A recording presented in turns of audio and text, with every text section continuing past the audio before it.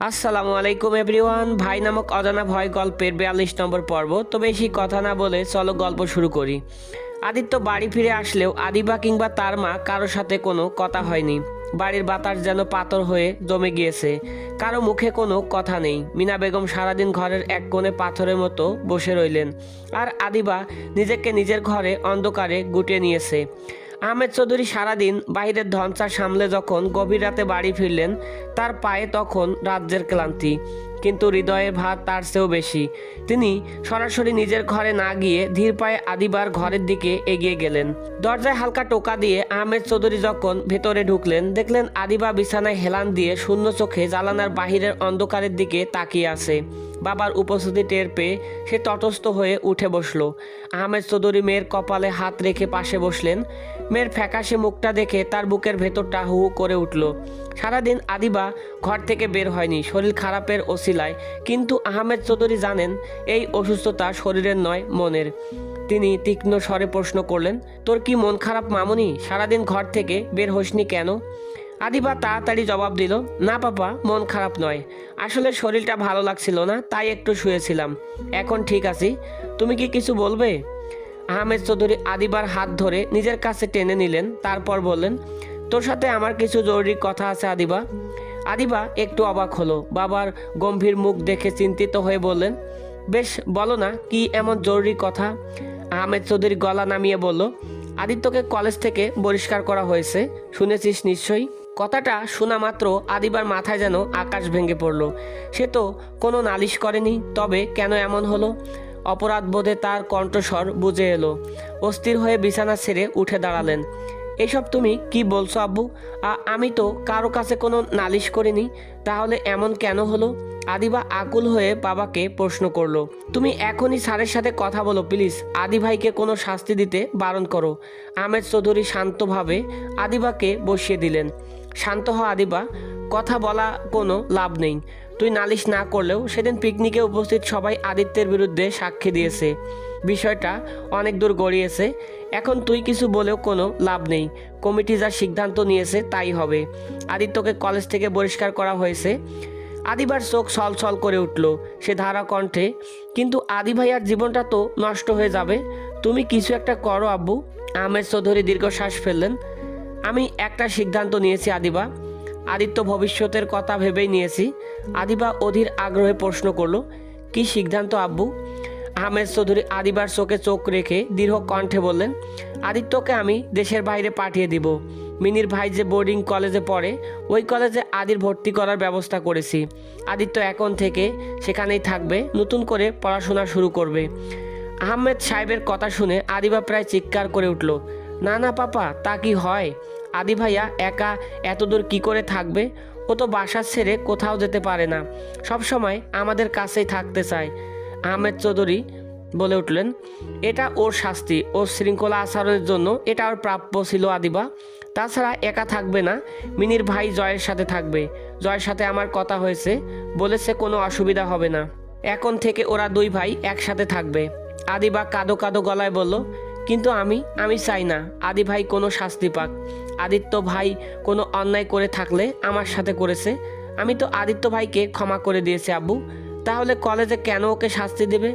তুমি প্লিজ স্যারদের বলো আমি কোনো অভিযোগ করব না, আদি ভাইকে যেন কোনো শাস্তি না দেয়। আদিবা, শান্ত হ, বিষয়টা একটু বোঝার চেষ্টা কর। আদিত্যর জন্য এটাই ভালো হবে। এখানে থাকলে সবাই ওকে আর চোখে দেখবে, ওর সম্পর্কে বাজে বাজে কথা বলবে। কলেজ থেকে বের হয়ে করে দেওয়ার ঘটনাটা ওর পিছু ছাড়বে না, ওর জীবনটা নষ্ট হয়ে যাবে। কিন্তু আদি ভাই কি যেতে রাজি হবে? আমি জানি আদিত্যকে আমরা বললেও ও যেতে রাজি হবে না, ও খুব জেদি। তাই আমি তোর কাছে এসেছি মা, তুই ওকে বুঝিয়ে বললে তোর কথা হয়তো শুনবে। আদিত্য তোকে খুব ভালোবাসে, তোর কথা ফেলতে পারবে না। আমি বলবো? হ্যাঁ আদিবা, তুই বলবি যে তুই চাস আদিত্য যেন এখান থেকে চলে যায়। আদিত্য নিজের জন্য না গেলেও যেন তোর জন্য যায়। কিন্তু আমি চাই না আদিত্য ভাই দূরে চলে যাক। ভাইয়া আমার সাথে যাই করুক না কেন, আমি আদিত্য ভাইকে অপছন্দ করি না আব্বু। আমি চাই ভাইয়া আমাদের সাথে থাকুক। আমি জানি তুই আদিত্যর ভালো চাস, হয়তো আদিত্য তোর ভালো চায় কিন্তু প্রকাশ করতে পারে না। কিন্তু দেখ আদিবা, আদিত্য এখানে থাকলে সবাই ওকে নিয়ে বাজে কথা বলবে, তোকে নিয়ে খারাপ মন্তব্য করবে। কিন্তু এখানে না থাকলে ও ধীরে ধীরে সব ঘটনাই ভুলে যাবে, ওর জীবনটা একটা নতুন বাঁক পাবে। তুই কি চাস না আদিত্যর ভবিষ্যৎটা সুন্দর হোক, নতুন করে ও সব কিছু শুরু করুক? আদিবার চোখের পানি জমানো সে জানে না আদিত্যকে ছেড়ে কিভাবে থাকবে। তবু আদিত্যর কথা ভেবে বলল, আমি চাই আব্বু, আমি ভাইয়ার জন্য সব কিছু করতে পারি। ওকে বলবো। আহমেদ চৌধুরী আদিবার সাথে অনেকক্ষণ কথা বলে ড্রয়িং রুমে এসে আদিত্য এবং মিনা বেগমকে ডাকলেন। আদিত্য এসে মাথা নিচু করে বসলো। মিনা বেগম উদ্বিগ্ন মুখে বসে আছেন। আহমেদ চৌধুরী গম্ভীর কণ্ঠে কথা বলা শুরু করলেন, আদিত্য, কলেজ কমিটি তোকে বহিষ্কার করেছে, খবরটা শুনেছিস? আদিত্য নীরব রইল, কোনো উত্তর দিল না। তুই এই কলেজে আর পরীক্ষা দিতে পারবি না। আদিত্য মাথা ঝাঁকালো, জানি। দেখ আদিত্য, তুই যতই উশৃঙ্খল হোস না কেন, তুই আমাদের ছেলে, আমরা তোর ভবিষ্যৎটা এভাবে নষ্ট হতে দিতে পারি না। কথাটা বলে আহমেদ সাহেব একটু থামলেন, আদিত্যর চোখের দিকে তাকালেন। আমি তোর জন্য কানাডায় পড়াশোনার ব্যবস্থা করেছি। কথাটা শুনে আদিত্য মাথা তুলে সোজা বাবার দিকে তাকালো। কি, বিদেশে?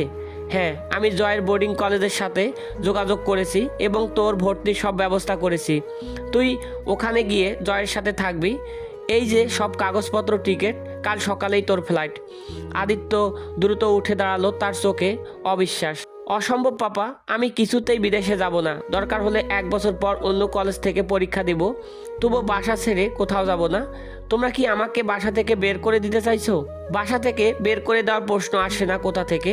তুই তো শুধু পড়াশোনা করতে যাচ্ছিস, পড়াশোনা শেষ হলে আবার চলে আসবি। অসম্ভব, আমি কোথাও যাচ্ছি না। আহমেদ চৌধুরী ঠান্ডা ও দৃঢ় কণ্ঠে বলে উঠলেন, সব কিছু ঠিকঠাক হয়ে গেছে আদিত্য, তুই কালেই রওনা দিবি। এই বিষয়ে আর কোনো কথা হবে না। তোর ভালোর জন্যই এই সিদ্ধান্ত নেওয়া হয়েছে। আদিত্য চেঁচিয়ে উঠল, বললাম তো আমি যাব না। আমাকে কলেজ থেকে বের করে দিয়েছে, আমি মেনে নিয়েছি। তার মানে এই না যে আমি সব কিছু মেনে নিব। আমি কোথাও যাচ্ছি না। 1 বছর নষ্ট হলে হবে, আমি তোমাদের কাছেই থাকব। এবার মিনা বেগম এগিয়ে আসলেন, তার চোখের জল। আদিত্য, তুই এইসব কি বলছিস? তোর বাবা তোর জন্য এত কিছু করছে, তোর ভবিষ্যতের কথা ভাবছে, আর তুই এখানে থাকতে চাস? এই শহর তোর জন্য আর কিছু অবশিষ্ট নেই। সবাই তোকে দোষারোপ করবে, কথা শোনাবে। তুই বিদেশে গিয়ে নতুন করে সব কিছু শুরু কর বাবা, প্লিজ। আম্মু, আমি নতুন কলেজে ভর্তি হব, 1 বছর গ্যাপ দিয়ে পরীক্ষা দিব, তবুও বিদেশে যাব না। এত ব্রিলিয়ান্ট স্টুডেন্ট হয়ে তুই 1 বছর গ্যাপ দিবি? তাছাড়া এই ঘটনার পর কে তোকে নতুন কলেজে ভর্তি করে নেবে? তুই তো ভবিষ্যতের কথা একবার ভাব। পাপা, মাম্মাম, সবাই তো তোমরা জানো আমি আদিবাকে ছাড়া থাকতে পারবো না। আমি ওকে ছেড়ে যাব না। মিনা বেগম এবার রেগে গেলেন। আদিত্য, তুই এখনও আদিবাকে নিয়ে পড়ে আছিস? তোর লজ্জা হওয়া উচিত। সব সমস্যার মূল তো তুই দেখছি। আহমেদ চৌধুরী ছেলের দিকে তাকিয়ে বলে উঠলেন, আদিত্য, আদিবা চায় না তুই এখানে থাক, ও নিজেও চায় তুই চলে যা। আদিত্য আশ্চর্য হয়ে বাবার দিকে তাকালেন, তার চোখে মুখে অবিশ্বাস। কি বলছো আব্বু? আদিবা চায় না আমি থাকি? অসম্ভব, এটা হতে পারে না, আমি বিশ্বাস করি না। বেশ, তাহলে তুই নিজেই ওকে প্রশ্ন কর। আসলে তুই যদি এখানে থাকিস, ওর বন্ধুরা তোকে নিয়ে খারাপ কথা বলবে, ওকে নিয়ে বাজে মন্তব্য করবে। তাই আদিবা চায় না তুই এখানে থাক। আদিত্য, আমাদের ভালোর জন্য না হোক, আদিবার কথা ভেবে হলেও তুই যা। আদিত্য শক্ত গলায় বলল, আমি আদিবার মুখ থেকে শুনতে চাই ও কি চায়। আহমেদ চৌধুরী বললেন, বেশ, মিনা, তুমি আদিবাকে ডেকে আনো। মিনা বেগম উঠে গিয়ে আদিবাকে ডেকে আনলেন। আদিবার দরজার কাছে এসে মাথা নিচু করে দাঁড়ালো। আদিত্য দ্রুত পায়ে আদিবার সামনে গিয়ে আদিবার কাঁধ ধরে অস্থির ও কাঁপা কাঁপা গলায় বলে উঠল, আদিবা, বাবা যা বলেছে সত্যি? তুই সত্যি চাস না আমি বাসায় থাকি? তুই চাস আমি চলে যাই? সত্যি করে বল। আদিবার খুব বলতে ইচ্ছা করলো যে সে চায় না আদিত্য চলে যাক, কারণ আদিত্যকে ছাড়া সে নিজেও থাকতে পারবে না। আদিত্য তাকে এত শাসন করে, এত আঘাত দেয়, তবুও কেন আদিত্যকেই তার ভালো লাগে? কিন্তু পরক্ষণেই বাবার কথাগুলো তির্যক তীরের মতো মাথায় আঘাত করলো। এখানে থাকলে আদিত্যর ভবিষ্যৎ অন্ধকার হয়ে যাবে, আর যদি চলে যায় তবেই তার ভবিষ্যৎ সুরক্ষিত হবে। সে আদিত্যর চোখের দিকে তাকিয়ে একটা দীর্ঘশ্বাস ফেলে নিজেকে সামলালো। কণ্ঠস্বরে দৃঢ়তা এনে বলল, হ্যাঁ চাই, আমি চাই তুমি চলে যাও, তোমার জীবনটা নতুন করে শুরু করো, সবার জন্য এটাই ভালো হবে। আদিবার কথা শুনে আদিত্য চোখে হঠাৎ গভীর রাগ ঝিলিক দিয়ে উঠল। আদিবা চায় না সে এখানে থাকুক, শুনে তার মুখটা শক্ত হয়ে যায়। সে মুষ্টি শক্ত করে, কিন্তু আর একটা কথাও বলে না। তার মানে আদিবার প্রতি একটা অদ্ভুত রাগ জন্ম নেয়।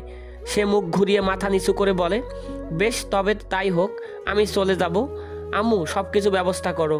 কথাটা বলেই আদিত্য এক মুহূর্ত দাঁড়ালো না, দুটো পায়ে নিজের ঘরে গিয়ে দরজা বন্ধ করে দিল। দরজার শব্দে যেন ঘরের সব নীরবতা চুরমার হয়ে গেল। আদিবাও দৌড়ে নিজের ঘরে চলে যায়। মিনা বেগম ও আহমেদ চৌধুরী একে অপরের দিকে তাকান। মিনা বেগম ফিসফিস করে বলে উঠলেন, তুমি কি এটা করলে আহমেদ? আদিবাকে দিয়ে এমন কথা বলিয়ে ঠিক করলে? ছেলেটা খুবই কষ্ট পেল। আহমেদ চৌধুরী ক্লান্ত কণ্ঠে জবাব দিলেন, এর বাইরে আমার আর কোনো উপায় ছিল না মিনা। আদিত্য যে পরিমাণ জেদি, ওর ভালোর জন্যই এটাই দরকার ছিল। এখন অন্তত আদিবার কথা রাখতে হলেও চলে যাবে, এতে ওর জীবনটা সুন্দর হবে। আদিত্য আদিবার মাঝে দূরত্ব বাড়বে, আদিবার প্রতি ওর এই নোংরা মনোভাব বদলে যাবে।